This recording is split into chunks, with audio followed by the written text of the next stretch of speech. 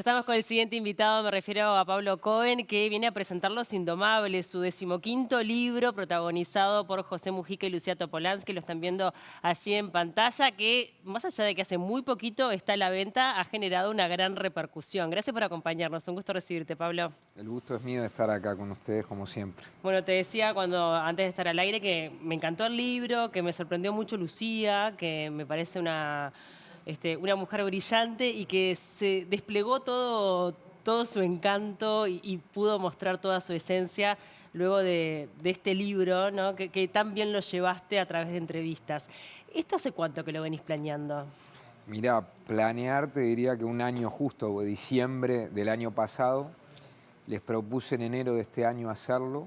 Les dije que quería hacer el primer libro de entrevistas en el que ellos fueran los protagonistas y aceptaron justamente en enero y bueno, quedé encantado con el resultado, con la disposición que tuvieron y precisamente la gracia era que los dos fueran protagonistas. Totalmente. Y además justo se da en un año, bueno, de elecciones, un año donde había mucha actividad política, después también ocurrieron temas a nivel personal con el diagnóstico de la enfermedad de Pepe, pero ¿cómo manejaste eso de la actualidad y también de que sea un libro atemporal, que lo podamos leer dentro de 5 años y que siga estando vigente? Bueno, ese es el mayor desafío cuando escribís libros. No hay mayor Mm. desafío para alguien que es periodista y escritor al mismo tiempo. Em, lo manejé como una entrevista conceptual, ¿no?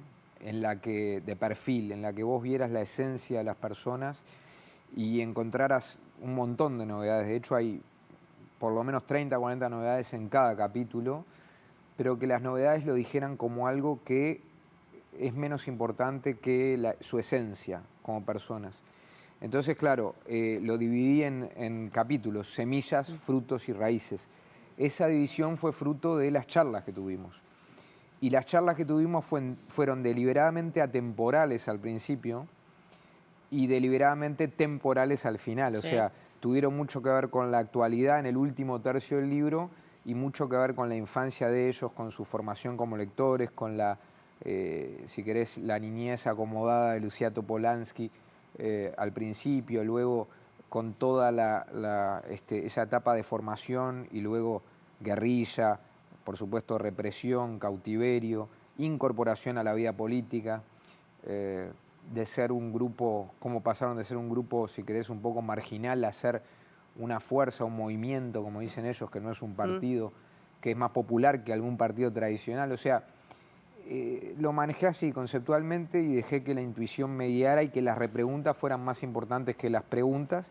Y bueno, después la gente, yo estoy feliz con el resultado y con la respuesta que está teniendo de la gente, porque no es común que ya esté, digamos, la Sí. segunda edición en la calle en estos días, pero el mérito es de los entrevistados. También aparece, me imagino, lo que tiene que ver con la repercusión político-partidaria, porque ellos son muy duros hasta dentro de lo que es el Frente Amplio, ¿no? La idea no es spoiler demasiado, pero hay una frase que Sí, dicen sobre Constanza Moreira que decís, papá, como durísima, durísima. durísima. Sí, lo que pasa es que es interesante, yo creo que tiene que ver con la raíz de ellos. Carlos Real de Azúa, que era un extraordinario ensayista, decía que ellos eran políticos con armas, no guerrilleros, Mm. sino políticos que en determinado momento de su vida habían elegido el camino de las armas. Un camino del cual ellos se arrepienten parcialmente, sobre todo por las herramientas que utilizaron y por los errores que cometieron. Entonces, ¿qué dicen ellos? Nosotros reivindicamos a Rosa Luxemburgo, Mm. reivindicamos a Sendik Padre. No son marxistas y menos marxistas Mm. ortodoxos.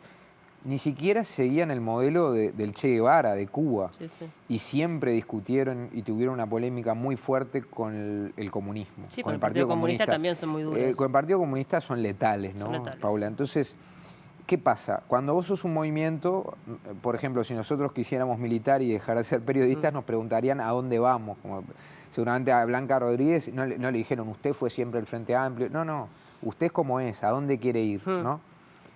Y eso es lo que dice Lucía. Te pregunto a dónde vas, no de dónde venís. Entonces esa diversidad, esa heterogeneidad, les permite ser sociológicamente muy diversos y muy fuertes. Tener votos en el interior, tener votos en franjas pobres de Sí. Montevideo, donde normalmente la izquierda no llegaba, Y creo que esa heterogeneidad también les da mucha libertad intelectual para criticar a quien quieran. Si ellos consideran que Constanza Moreira es excesivamente políticamente correcta en exceso, digamos, y es espantavotos, lo van a decir, ¿no?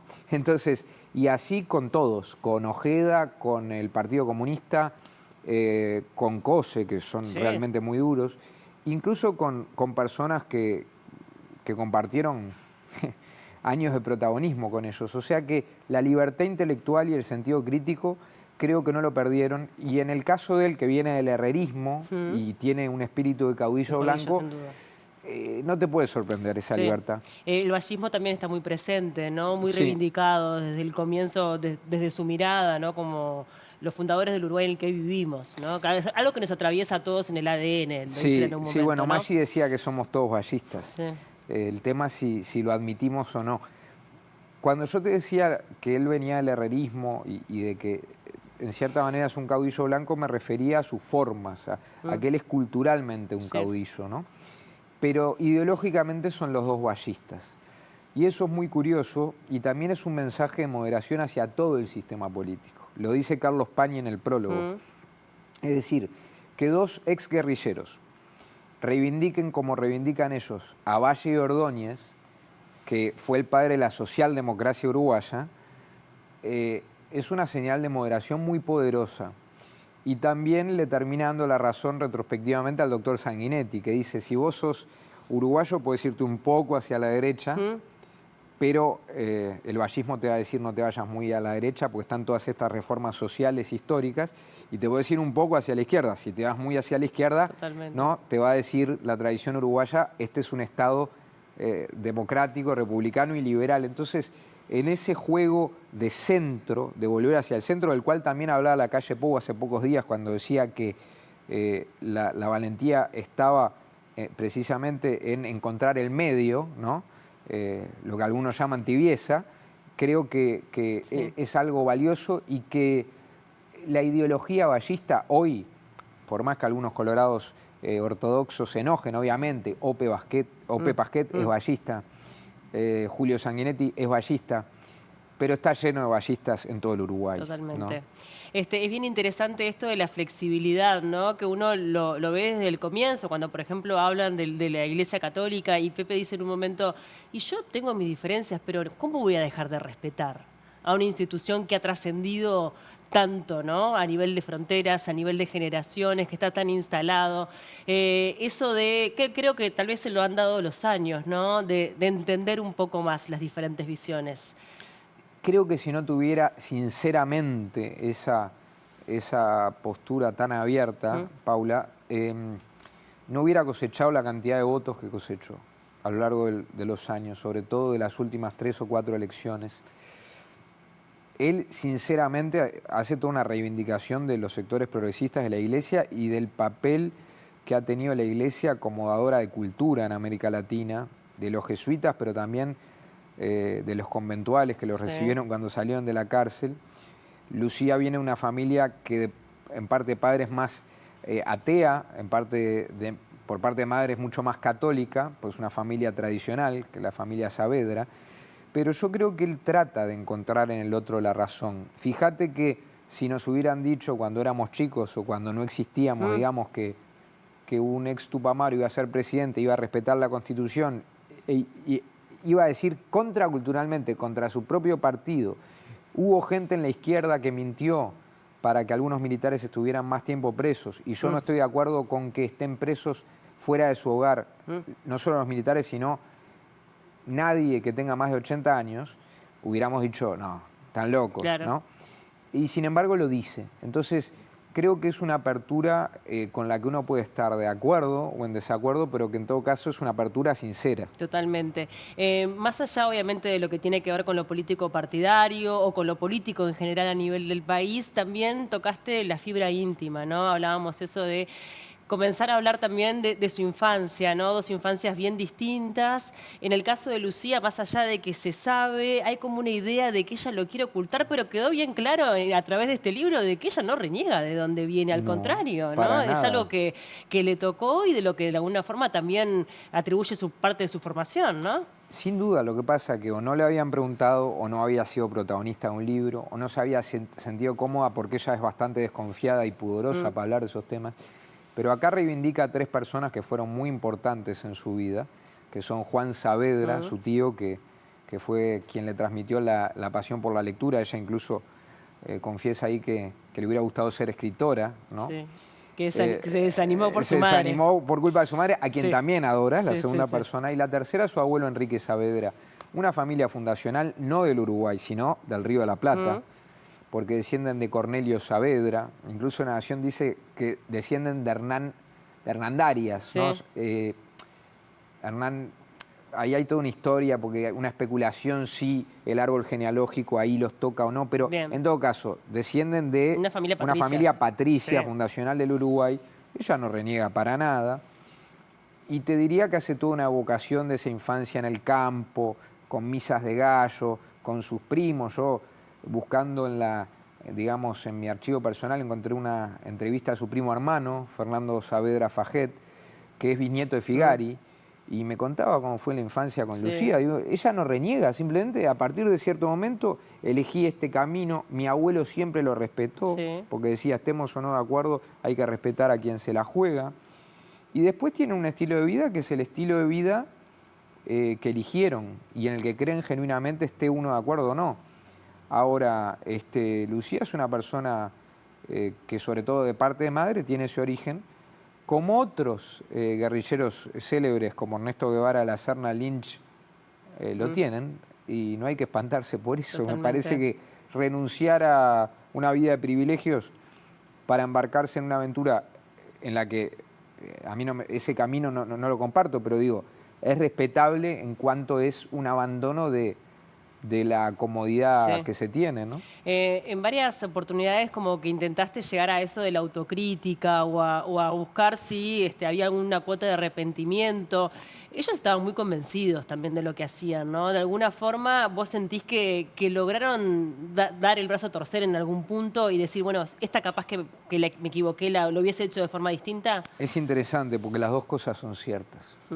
Es cierto que estaban muy convencidos y que no son hipócritas respecto del convencimiento que tenían y de darle contexto a las cosas, ¿no?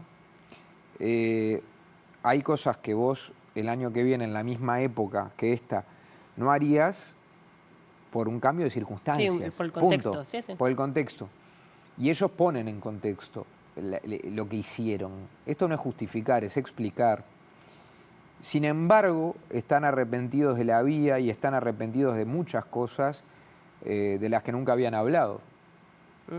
Pero dicen, bueno, en el momento estábamos convencidos. De todas maneras, yo creo que hay que tener valentía para arrepentirse y para arrepentirse públicamente como ellos hacen acá. Y creo que haber citado a Henry Engler, que es un hombre que también fue un tupamaro relevante y después se convirtió en un científico destacado en el mundo, pero no está metido en la política, por lo tanto hizo una autocrítica desde otro lugar, los ayudó a soltarse y a sentirse cómodos en esa doble dimensión, que es por un lado, no voy a renegar de lo que hice y en el momento estaba convencido, porque no voy a mentir y decir que no estaba convencido, pero me arrepiento de esto, y no solo de lo que pudo haberle causado dolor a víctimas de mis errores, sino también a mi familia, que es algo que a mí me interesaba, Claro, porque uno nunca piensa en eso, Paula, pero imagínate, digamos, nuestros hijos, Sí, nuestras claro. parejas, nuestras familias, nuestros amigos, si Se ven tomáramos arrastrados por una nuestras opción, decisiones. exactamente, no le preguntas a nadie y lo haces. Y antes de todo eso pasás a la clandestinidad, ¿no? Que es una vida en la que, como dice Lucía, el tiempo transcurre de otro modo, de un modo indescriptible para quien no la vivió.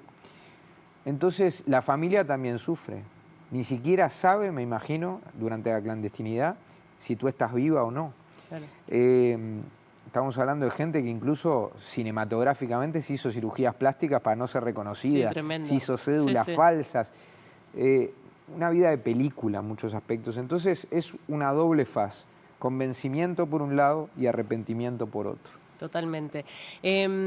justo te toca hacer este libro en el momento en donde Pepe es diagnosticado con una enfermedad. A partir de allí me imagino que habrás visto un quiebre, ¿no? No solo a nivel emocional, sino también físico, porque fue muy duro, al menos lo que se vio públicamente para Pepe, el haber atravesado esta enfermedad, ¿no? Que de alguna forma, más allá de la fortaleza que tiene Pepe, que yo creo que es genéticamente, ¿no? Yo te estoy hablando de lo biológico estricto, Es me parece que es impresionante. impresionante, Es impresionante. ¿no? Que uno debe admirar.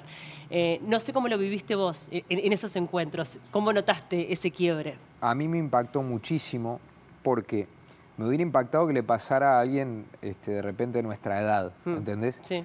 Porque un cáncer no es joda, una radioterapia tampoco, Para ¿no? nada. Ahora, a una persona que estuvo en cautiverio, que tiene una enfermedad autoinmune y que tiene 90 años, Sí, sí. ¿te das cuenta? Y que tuvo balazos, estuvo, bueno, o sea, Toda todo. esa peripecia brutal que conocemos. Entonces, ¿qué te quiero decir? En determinado momento, cuando ellos aceptaron hacer el libro, el diagnóstico no existía, ¿correcto? Pero a los 3 meses ya estaba sobre la mesa. Entonces, me enteraba por Lucía, por Raquel, la doctora que lo trató también, cómo seguía todo. Y bueno, lo que le dije a Lucía fue cuando se sienta bien Mujica, hagamos encuentros más largos. Más largos porque así podemos de repente hacer de 3 o 4 capítulos juntos. Si no va a ser muy difícil. Y al principio lo vi débil, hablando menos. Viste que en algunos momentos del libro Lucía es más protagonista Sí. que él. En otros él y en otros se disputan o son Sí. igualmente protagonistas. Se complementan porque muchas se complementan veces, ¿no? mucho. Viste cuando Lucía Sí, sí. dice... Una frase y la termina el otro. Exactamente. Sí, ¿Cómo era? Y dice épica. sí, sí, sí. Y eso fue muy fuerte porque en determinados momentos me acuerdo de que yo desgrababa y amplificaba el volumen, ¿no? Claro. Porque no se lo escuchaba a él. Y a los 2 meses nada más, él ya estaba bien, Impresionante. ya estaba fuerte, porque es una roca. Es impresionante, es una una cosa roca. Yo creo que esa es la increíble. palabra, Es una increíble. roca. Ella es una roca anímica y él es una roca físicamente. No es normal ese hombre. No, no. Además, no nos olvidemos, y así arranca el penúltimo capítulo, si recuerdo bien, de que, imagínate lo fuerte que fue para mí, por ahí veía unas fotos conmigo en el living, pero con la cama de hospital, ¿no? Sí. Él, por lo menos hasta hace poco, tenía internación domiciliaria. Ahora, que tú lo vieras con Lula, o acá o allá, o con Blanca Rodríguez, era otro tema. Pero él, digamos, está grave y está delicado Claro. igual. Entonces, pasó de tener esa debilidad y esa voz que apenas reconocías a tener problemas de calidad de vida para alimentarse, Sí. etcétera, etcétera, pero estar más fuerte y mostrarse de mal humor, terco, pero con mucha resiliencia. Es decir, eso es impactante. Fue impactante ver todos los cambios, no solo de humor, sino físicos y anímicos, y cómo esos cambios lo sensibilizaron y, por supuesto, influyeron en él como entrevistado. Totalmente, y me imagino que ahí también se habrá desnudado el vínculo entre ambos, Sí, ¿no? exacto, al final, cuando reflexionan sobre la enfermedad, sobre el amor que se tienen, sobre lo que se necesitan, sobre cómo la poesía, por ejemplo, de Lugones, de Borges o de muchos otros autores que nombramos, puede servir, en el caso de él como dependencia, en el caso de ella como devoción. Yo digo que es eso lo que Lucía tiene por Pepe. Y sí, fue paradójicamente, yo hubiera deseado que no les pasara nada, ellos también, y los uruguayos también. Desde el punto de vista dramático, literario, y desde el punto de vista periodístico, paradójicamente, que tuviera que atravesar por esa enfermedad, bueno, si tengo que rescatar algo bueno, Claro. fue que la manera en que contestaron y en que eso lo sensibilizó fue muy fuerte. Claro. Cuando muy uno fuerte. se siente al final de la vida, como que qué careta vas a poner, ¿no? Ellos Te nunca abrís. tuvieron mucho, y menos, Y menos ahora, ahora. imagínate. Y tampoco, lo otro que sentía era, bueno, si tenemos que hablar de las elecciones, vamos a decir cosas fuertes, lo que tú me preguntes, pero yo no voy a dejar de decir algo en un libro que puede quedar más tiempo que unas elecciones porque haya elecciones. De hecho, una cosa que les dije es, el libro va a salir después de la segunda ronda, sí o sí. Claro. Porque solo una vez en Uruguay, como vos sabés, no hubo balotaje. Y me parecía importante no circunscribir su vida solamente a un año, un periodo electoral o su opinión sobre este año en particular, sino a un montón de episodios de la vida que la definen, que definen su relación y que también definen en cierta manera al Uruguay. Sí, entonces, ese acuerdo de sacar el libro después de las elecciones siempre estuvo sobre la mesa. Es una mirada riquísima la que aportan los dos, por los leídos, por los lugares de decisión que ocuparon en nuestro país, por bueno, los años y la experiencia, la sabiduría de los años. Entonces me imagino que también habrá sido bien reconfortante el haber podido compartir estos idas y vueltas. Terminás con un poema que es una joya. Sí, es divino. De Raúl Castro. Y lo puedo decir porque lo escribió Raúl Castro, sí, mi querido amigo. Yo quiero, Paula, públicamente agradecerle a Raúl y también quiero agradecerle a Carlos Pani, sí, nuestro colega argentino. Ya es el tercer libro que prologa. Y que además va a estar en la presentación el miércoles. Y desde ángulos muy distintos. Carlos, obviamente, con un ensayo, Raúl con un poema que se llama Un amor de leyenda. Enriquecen el libro, pero además lo enriquecen con libros, mejor dicho, con textos que tienen valor propio, independiente. Complementan mi texto, pero también tienen valor independiente. Y como vos decías, el miércoles vamos a presentar el libro a las 19 horas en el Museo Nacional de Artes Visuales del Parque Rodó. Están todos invitados. Vamos a estar con Carlos Pani desde Argentina, con Gabriel Pereira, que nos va a acompañar y va a moderar, y con Gabriela Iribarren, la actriz que es extraordinaria y que, hablando de poesía, va a declamar un poco y hacer que lo que yo escribí suene mucho más lindo que la manera original en que está escrito. Así que va a ser un gusto recibirlos a todos porque están todos invitados. ¿Tuviste posibilidad de charlar con ellos después de que el libro salió, que tuvo repercusión? ¿Qué te dijeron? Bueno, mira, estaban muy agradecidos por el proceso los dos, muy agradecidos. Con una humildad bárbara, sobre todo, los dos en realidad, con razón y corazón, me dijo Pepe, Lucía destacó la tenacidad y un montón de cosas que yo no voy a decir porque me da pudor. Lo que sí te quiero decir es que me gustaría destacar es lo siguiente. Cuando yo los vi, que fue por una entrevista que hicimos conjuntamente, ellos no habían leído el libro, porque fue 2 días después de que el libro salió, hace unos 4 o 5 días. ¿Qué te quiere decir eso? Que en el Uruguay de repente hay personas de otros ambientes, el deporte, la ciencia, las artes, que te presionan si vos sacás un libro y quieren saber qué dice. Exactamente, que te lo piden para leerlo antes, piden antes, obviamente. Bueno, ellos se enteraron del contenido con el libro publicado. Y eso creo que habla muy bien del espíritu liberal de los dos. Entonces, yo les agradezco, más allá de los elogios, que como te digo, me da pudor, no quiero repetirlos, pero más allá de eso, les quiero agradecer el espíritu liberal que tuvieron, porque nunca me presionaron mínimamente y se enteraron del contenido con el libro impreso. Totalmente, y has tenido la posibilidad de preguntarle de todo, ¿no? De un montón de temas que también generan, bueno, rispideces, que generan incomodidades, y me imagino que es un lugar amable, pero yendo a donde hay que ir, ¿no? Eso es fundamental. Eso es muy importante. El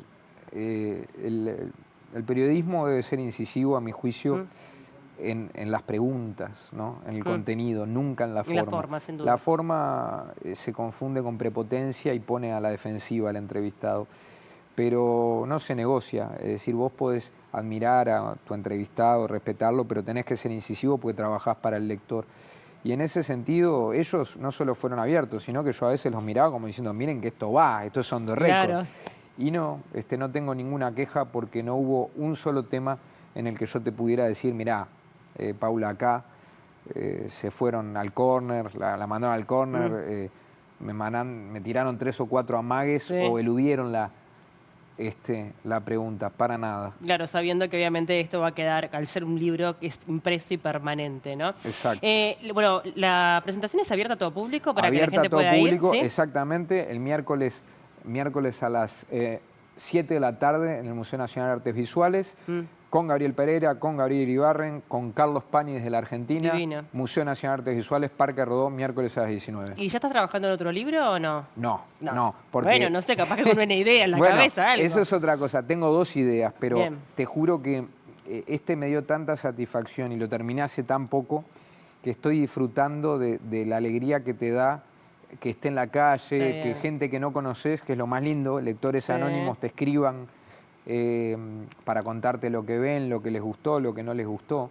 Y estoy en ese proceso. Está muy bien. Después, viste, en febrero o marzo veré, pero es difícil escribir, lleva tiempo y estoy disfrutando mucho. Bueno, pero tremendo cierre de año, impresionante. Gracias a los lectores, Gracias. a ellos y también a Planeta, que ya es mi segundo libro con Planeta y quiero mandarle un abrazo a todo el equipo porque desde Amir Ajul hasta absolutamente todos ha sido un placer trabajar en equipo con ellos. Bueno, súper recomendable, Los Indomables. Intentamos no spoilear, lo que no dijimos nada, apenas unas pinceladas. Pura clase usted, como siempre. Unas pinceladas de lo que van a poder disfrutar cuando adquieran el libro. Gracias por acompañarnos, un gusto recibirte siempre. Un placer, gracias.